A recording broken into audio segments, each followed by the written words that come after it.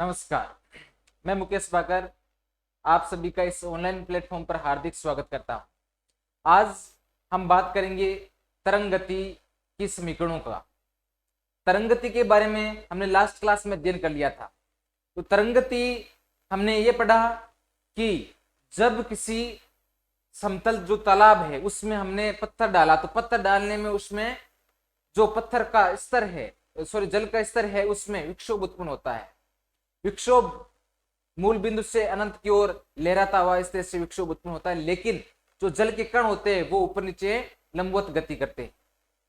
तो इसके बारे में और उनके प्रकारों के बारे में हमने ये पढ़ा कि उनके दो प्रकार थे, यांत्रिक तरंगे और विद्युत चुंबकीय तरंगे। यांत्रिक तरंगों में हमने ये पढ़ा कि यांत्रिक तरंगे हैं उनको संचरित होने के लिए माध्यम की आवश्यकता होती है, जबकि विद्युत चुंबकीय तरंगे उनको माध्यम की आवश्यकता नहीं होती है। विद्युत चुंबकीय तरंगों में हमने गामा किरणें, एक्स किरणें, इनके बारे में बताया था। और यांत्रिक में कि भाई कोई तनी हुई डोरी है उसमें जो विक्षेप उत्पन्न होता है वो आपके हो गया यांत्रिक तरंगे।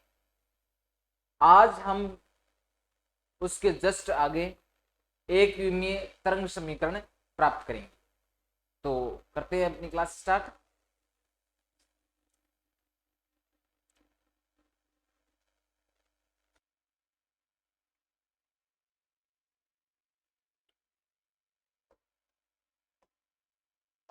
तो टॉपिक था अपने तरंग समीकरण, जिसमें आपका फर्स्ट टॉपिक है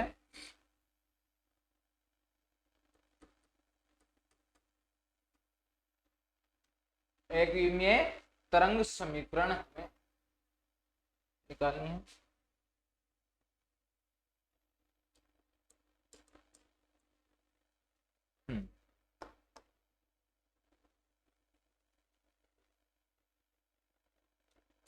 इसमें हम है अध्ययन करेंगे कि जो एक विमीय तरंग है उसमें समय और विस्थापन है, उनके अकॉर्डिंग हम किस प्रकार से समीकरण प्राप्त कर पाएंगे। तो इसके लिए सबसे पहले मैं एक चित्र बनाता हूं, जिसमें ये हो गया जैसे कि एक्स अक्ष है, यहाँ पे जैसे कि विस्थापन हुआ, जिसमें मैंने y बराबर एफ टी ले लिया। ये विस्थापन है, यहां से एक बिंदु ले लिया, यहाँ पे मैंने P, जिसमें ये हुआ विस्थापन। इसकी यहां से दूरी होगी x माना। तो इसमें क्या है कि मूल बिंदु है कि एक कण है, उसके मूल बिंदु x बराबर 0 पर समय t बराबर 0 हो तो y बराबर हमने लिया ft, जिसमें t बराबर क्या है 0, तो y बराबर कितना हो जाएगा f0। ठीक है, ये तो हमारे पास में है समीकरण। क्लियर बात है। अब है जब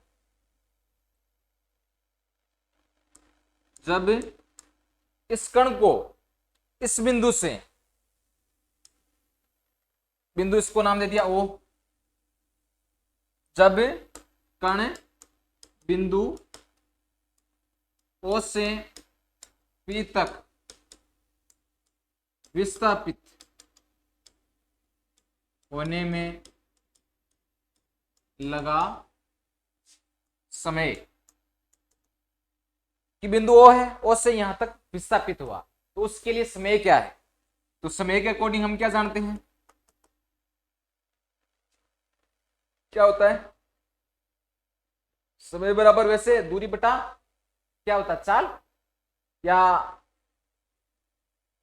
कोई चाल क्या होती है, चाल बराबर दूरी बटा समय होता है, मतलब एकांक समय में तय की दूरी, वही तो चाल होती है।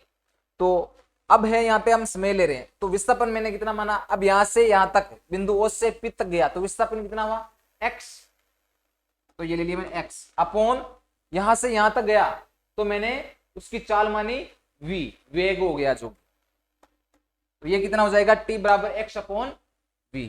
समीकरण देना चाहो तो इसको नाम दे दियो एक, ये हो जाएगी आपके 2।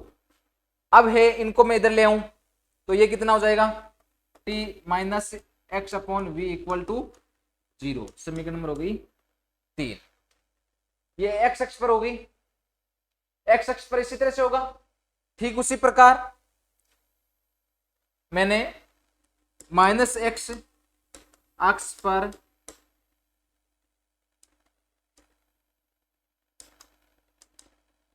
कण के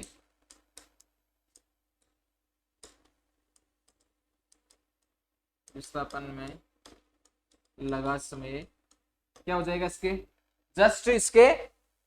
अब यहां पे तो क्या हुआ कि जो टोटली टाइमिंग था उसमें से हमने इसको निकाला। अब देखना इसमें आप यहां पे टी बराबर क्या हुआ एक्स अपॉन वी। क्यों? क्योंकि यहां पे ये विस्थापन इतना हुआ, आगे की ओर हुआ। अब जस्ट इसके माइनस एक्स, यहां से इसका जस्ट अपोजिट होगा, अपोजिट होगा तो ये मान किस में हो जाएगा, अरे ये माइनस मान किस में हो जाएगा, माइनस में नहीं होगा क्या, अरे यहाँ पे प्लस में है क्योंकि ये यहां से यहां तक बिंदु गया। तो अब इसके क्या माइनस एक्स अक्ष पर माइनस एक्स अक्ष यानी कि इसके जस्ट विपरीत, जस्ट उल्टा होगा, उल्टा होगा तो इसका मान किस में आएगा, माइनस में आएगा। तो माइनस में आएगा तो ये कितना हो जाएगा t इक्वल टू माइनस का एक्स अपॉन वी, जिसको मैं क्या कर दूंगा x upon v equal to 0। समीकरण नंबर हो गई 4। ठीक है, तो दोनों समय से दोनों समय या फिर दोनों अक्षों पर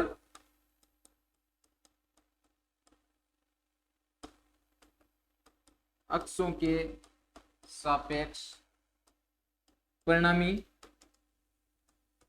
तरंग y बराबर, अब y बराबर है, इनमें से हम किसी मान को मान लेते हैं कि जैसे मैंने इसको माना कि, या फिर आप पहले इनको फलन मान लो, यहीं पे यहां पे फलन माने तो ये तो आपकी होगी एक्स अक्ष पर जो समय है वो हो गया समय ये, तो इसके सापेक्ष फलन का मान मैंने माना जो समीकरण है एक्स अक्ष के सापेक्ष जो समीकरण है उसका फलन क्या हो जाएगा, सॉरी तरंग समीकरण f t minus x upon v, यही होगा, अरे यही तो होगा इसके सापेक्ष। ये जो टाइमिंग हमने यहां पे निकाला, अरे ऊपर जो समीकरण थी वो क्या थी y equal to f t थी ने, तो उसमें हमने मान रख दिया, उसमें मान रखा तो हमारे पास में ये समीकरण प्राप्त होगी, इसको नाम दे दिया समीकरण 4। और इसी के अकॉर्डिंग यहाँ पे और मान निकाल लेना एक बार, क्या कि बाद में साथ में लिखूंगा मैं, अभी एक स्टेप और साथ में लिख देता तो आप क्या पता समझ में आए या नहीं आए, कि डायरेक्ट है मैं वो मान लिखता फंक्शन ये वाला, वो फंक्शन सेकंड वाला फंक्शन, तो वो है ये परिणामी तरंग होगी। परिणामी तरंग के लिए हमने ये पढ़ा था ना y equal to y1 plus y2, यही पढ़ा था। तो अब है ये वाला, तो इसमें मैंने फंक्शन को मान लिया, एक दूसरा फंक्शन ले लिया जिसका नाम ले दिया g, माइनस एक्स एक्स पर है ना, तो इसमें हो जाएगा ये t plus x upon v, ये समीकरण हो जाएगी 5। ठीक है, इतना क्लियर है भाई। अरे इसके सापेक्ष ये जो मैंने मान लिया है यहाँ पे, इसको मैंने उसमें रखा है, कौन से वाली समीकरण फर्स्ट वाली थी ना y equal to f t वाली, तो जिसमें ये समय था इस समय को यहाँ पे मैंने लिख दिया, इसमें है ये नया फंक्शन ले लिया और इसको ये लिख दिया। अब जो परिणामी है तरंग वो क्या हो जाएगी आपकी एफ, एक तो ये हो जाएगी t minus x upon v, और सेकेंड वाली क्या हो जाएगी प्लस y1 y2 नाम देना चाहते तो y1 y2 नाम दे दो, है ना, ये हो जाएगा g t plus x upon v, ये हो जाएगी समीकरण नंबर 6। कितना क्लियर है भाई, दोनों मानों का योग किया है और इसको परिणामी तरंग के तुल्य किया है, y के बराबर किया है, क्योंकि y इक्वल टू क्या होता है y1 प्लस y2 होता है।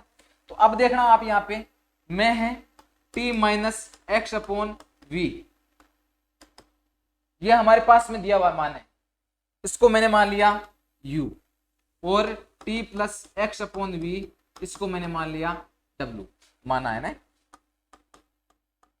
मानने से क्या होगा कि हमें है अब अवकलन करना है, तो इनसे थोड़ा अवकलन है अपने इजी हो जाएगा। अरे अवकलन करते समय हम मानते हैं ना कि भाई हमारे पास में जैसे कोई बड़ा फंक्शन दिया हुआ है तो हमने उसको u मान लिया, x मान लिया, t मान लिया, कुछ भी मान के फिर हम है उसका अवकलन करते हैं, तो उससे अवकलन है वो इजी हो जाता है।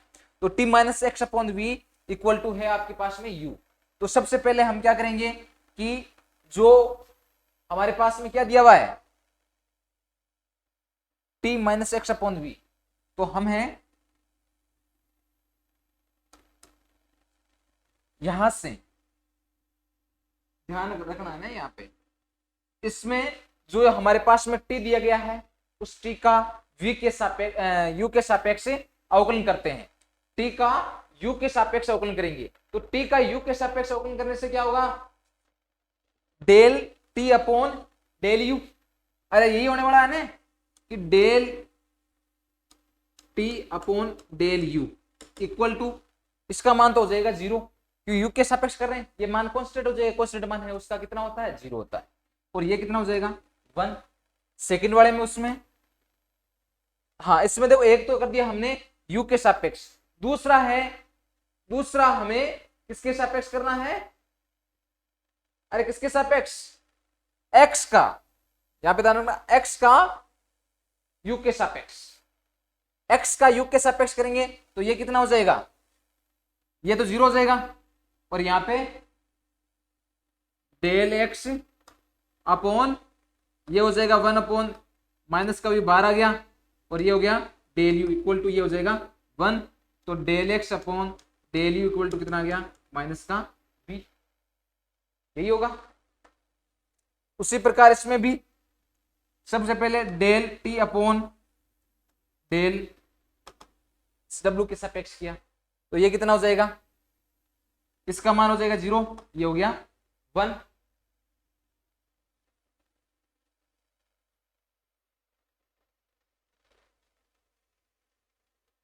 और दूसरा डेल x है उसका डेल w के सापेक्ष करेंगे तो ये कितना हो जाएगा, कितना होगा, del x upon del w, जिसमें 1 अपॉन v है वो आ जाएगा बाहर, और इसका हो जाएगा 0, तो 1 को मैं उधर भेजूंगा तो ये कितना हो जाएगा v, यही होगा भाई। अरे क्लियर है इतना, आते हैं हमारे पास में फंक्शन क्या दिया हुआ है, y वाला दिया हुआ है ना, y वाला, अरे y बराबर दिया हुआ है हमें f, और ये क्या हो जाएगा, पूरा क्या माना हमने u मान लिया, और वो हो जाएगा आपके पास में w। तो y बराबर क्या है f u प्लस जी w, समीकरण दे दो इसको 7, ठीक है।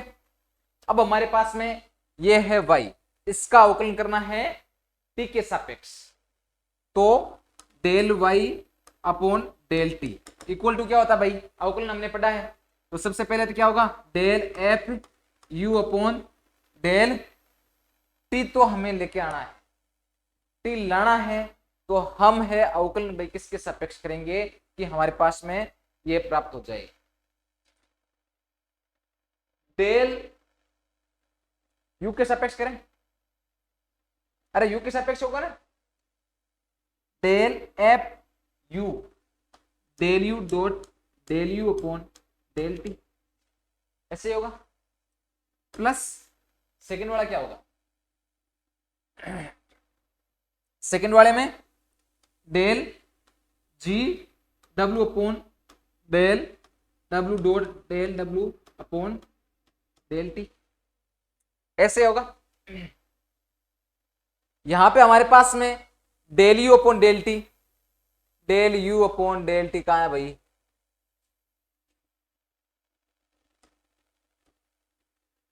Del you upon del T है क्या, ये रहा del you upon del T का मान कितना है 1 है, तो इसको मैं क्या लिख दूंगा,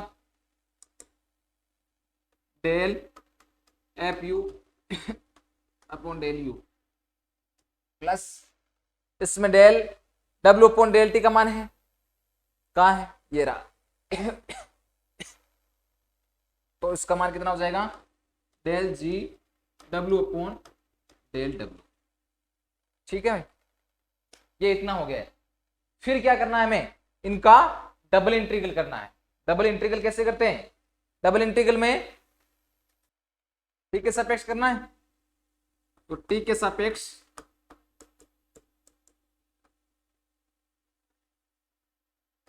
पुनः अवकलन करने पर, पुनः अवकलन करेंगे तो ये कितना हो जाएगा आपके, del square Y upon del t square equal to ये हो जाएगा आपके del square F you upon del you square plus del square g upon del, समीकरण नंबर हो जाएगी आपके ये 8।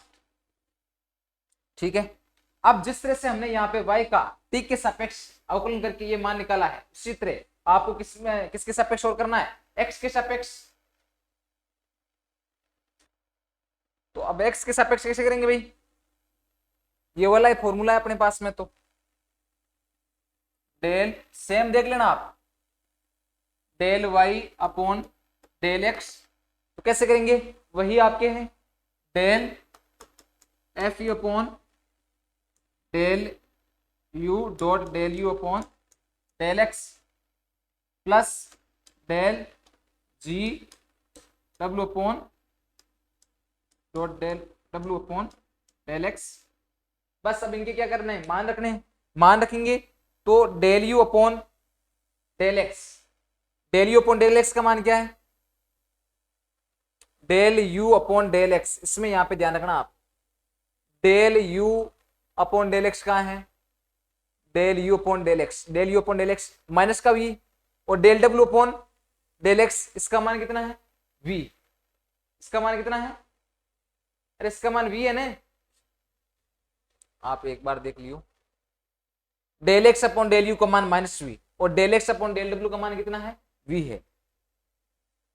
तो इसमें से क्या आ जाएगा ये, अरे ये क्या होगा, इसमें वहां पे जो हमें मान दिया गया है वो मान हमें रखना है, तो ये होगा आपके 1 अपॉन माइनस में हो जाएगा ना, ये माइनस में होगा कि 1 अपॉन वी कि del you upon del you dot 1 upon minus में नहीं, ये plus upon dot 1 upon v, इसमें से 1 अपॉन वी है वो बाहर आ जाएगा, तो ये कितना हो जाएगा, माइनस का 1 अपॉन वी बाहर आ गया, ये हो गया del F you upon del u plus del ji W upon. ठीक है भाई, फिर से क्या करना है हमें, डबल इंटीग्रल, तो x के सापेक्ष पुनः अवकलन करने पर, पुनः अवकलन करेंगे तो ये क्या हो जाएगा, del square y, del square y होगा ना, तो del square Y upon del x square equal to ये हो जाएगा, सीधा यहीं पे कर लो ना, ये तो इनके तो स्क्वायर हो जाएंगे और ये हो जाएगा 1 अपॉन, साथ में क्या हो जाएगा माइनस का 1 अपॉन वी स्क्वायर हो जाएगा, ये तो माइनस माइनस हो जाएंगे, ये प्लस, तो 1 upon V square, 1 upon V square होगा ना,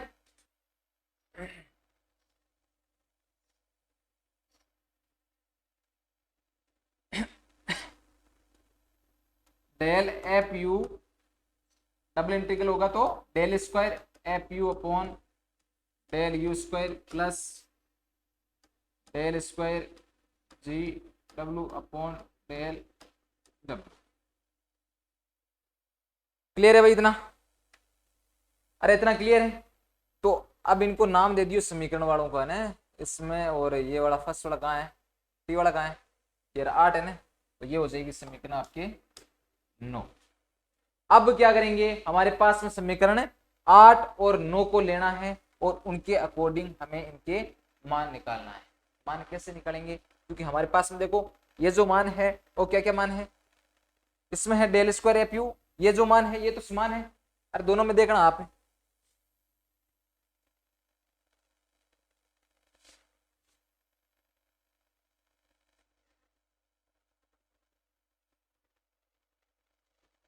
अब देखो यहां पे समीकरण 8 व 9 से यहां पे देखना आप del square F you upon del you square plus del square G W upon del W square, इसमें है माइनस का sorry 1 upon V square del square, ये वाला सेम है। इस वी स्क्वायर को मैं उधर भेज दूं तो ये दोनों मान समान हो जाएंगे और इन दोनों की कंपैरिजन तुलना है हम कर सकेंगे। तो इसको मैंने उधर भेज दिया तो मैं इन दोनों समीकरणों के अकॉर्डिंग क्या लिख सकता हूं कि del square Y upon del t square equal to क्या हो जाएगा वी स्क्वायर, और ये हो जाएगा आपके del square Y upon del x square.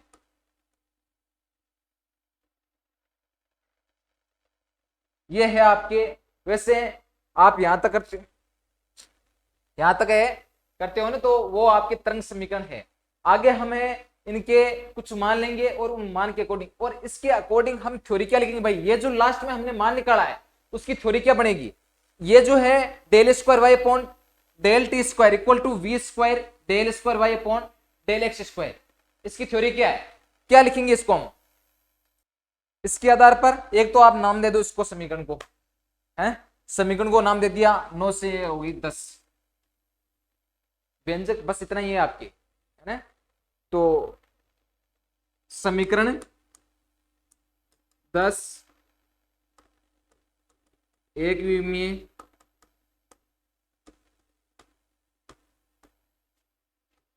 तरंग समीकरण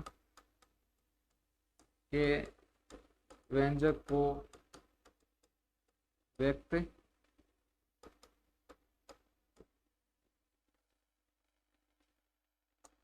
करती है, जिसमें डेल स्क्वायर वाई अपॉन का गुणांक स्क्वायर तरंग के वेग के वर्ग को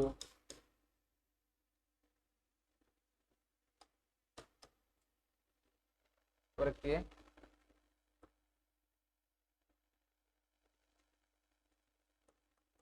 गुणनफल के तुल्य है।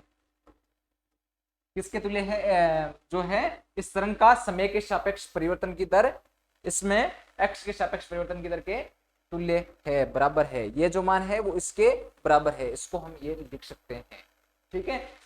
अब देखो इसको वैसे में देखा जाए तो वेग में परिवर्तन की दर क्या होता है, वेग में परिवर्तन की दर जिसको हम क्या कहते हैं त्वरण कहते हैं। तो त्वरण इक्वल टू वेग इनटू जो अपने वक्र है, जो रेखा है उसके समीकरण का गुणनफल। अरे कैसे, जो हमारे पास में वो ऊपर चित्र था उसमें विस्थापन वक्र था ना, उसकी त्रिज्या वक्र का त्रिज्या थी और वेग था, उन दोनों का गुणनफल इसी त्वरण के बराबर होता है। अब है ये तो हमारे पास में एक विमीय तरंग समीकरण प्राप्त हो चुकी है। यदि हम आगे कुछ मान के और इनको आगे सिद्ध करना चाहे तो हम वो भी कर सकते हैं। उसके लिए चलो कर लेते हैं हम।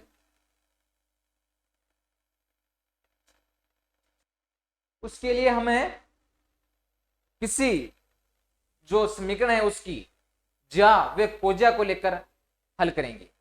ज्या क्या होती है, ज्या को हम बोलते हैं साइन, कोज्या होती है उसको बोलते हैं हमें कोस, और टेन होता है उसको बोलते हैं हमें स्पर्श ज्या। इनके बारे में मैंने आपको पहले बताया था, लेकिन हमेशा ध्यान रखना कोई भी सूत्र हो तो उसमें यह कहा जाए ना कि ज्या, तो ज्या का मतलब होगा साइन, जबकि जो कोस है उसका मतलब होता है कोज्या एंड टेन का मतलब होता है स्पर्श ज्या। क्लियर है तीनों चीजें। तो इसके लिए हम है किसी वक्र है उसकी समीकरण लेते हैं जिनमें मैंने लिया y बराबर ए साइन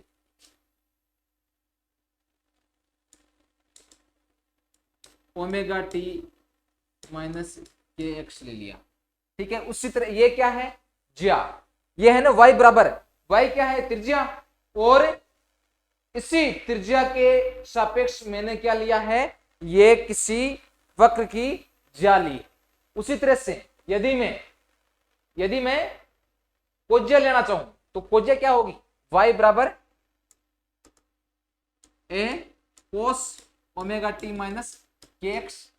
अब सीधा है, ज्यादा टाइम नहीं लगाना अपने को, शॉर्ट एंड स्वीट में करना है। तो शॉर्ट एंड स्वीट में जो मैंने आपको डेरिवेशन पिछले जो अपना डेरिवेशन था ना तरंग वाला एक विमीय तरंग समीकरण की में जो हमने व्यंजक प्राप्त किया था, ठीक उसी प्रकार से अपने को इसमें करना है। हमारे पास में y की समीकरण दी हुई है, इसका t के सापेक्ष तुरंत अवकलन कर दो, 2 बार अवकलन कर दिया, फिर x के सापेक्ष 2 बार अवकलन कर दो, दोनों को बराबर कर दे, बस यही आपके होगा। अब कैसे, तो कर दें याद। अब सेकंड बात की अवकलन आपको यदि आ रहे हैं तो बिल्कुल इजी आपके लिए, और अवकलन नहीं आ रहे हैं तो फिर अपने हिसाब से देख लेना। तो बताओ भाई, del y upon del t, सीधा मान बता दें, अरे सीधा कर दें, क्या हो जाएगा, A omega cos omega T minus K X, यही होगा। कैसे हुआ, एक कांस्टेंट है इसको बाहर का,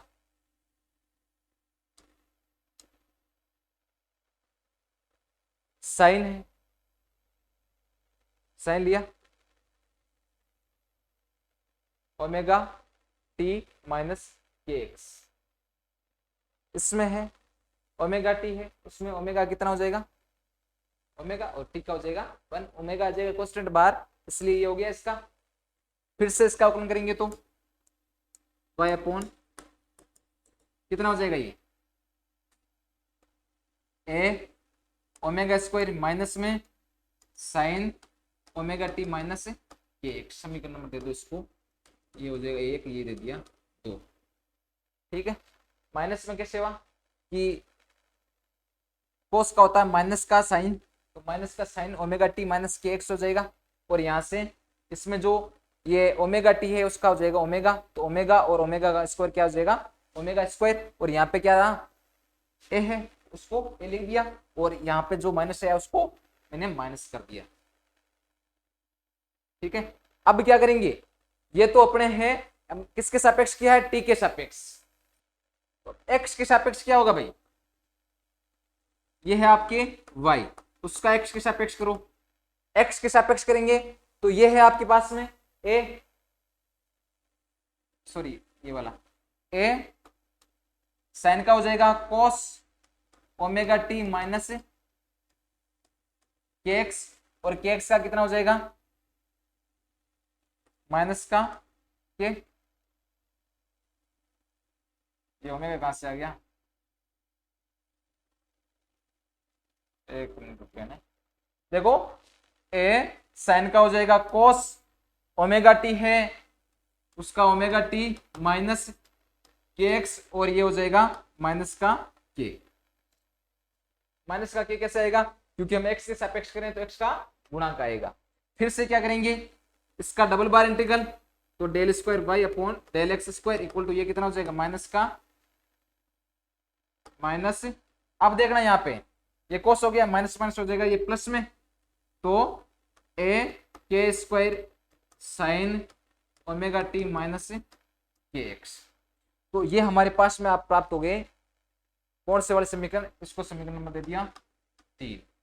ये क्या है, समीकरण नंबर 2, और ये हो गया समीकरण नंबर 3, दोनों है y का, एक t के सापेक्ष, दूसरा है x के सापेक्ष। अरे t और x के सापेक्ष है तो हमें यही करना था। अब क्या करना है, अब तो केवल है वो हमने जो तरंग समीकरण निकाली थी उसमें सीधा मान रखना है। तो सीधा मान कैसे रखेंगे भाई, ऊपर देखना आप, ये है आपके देखो y बराबर S sine omega T minus K x, तो इसमें आप एक चीज देख लो, ये वाला माइनस ए sine omega T minus K x, इसको आप क्या मान सकते हो, वाई, तो ये वाई हो जाएगा।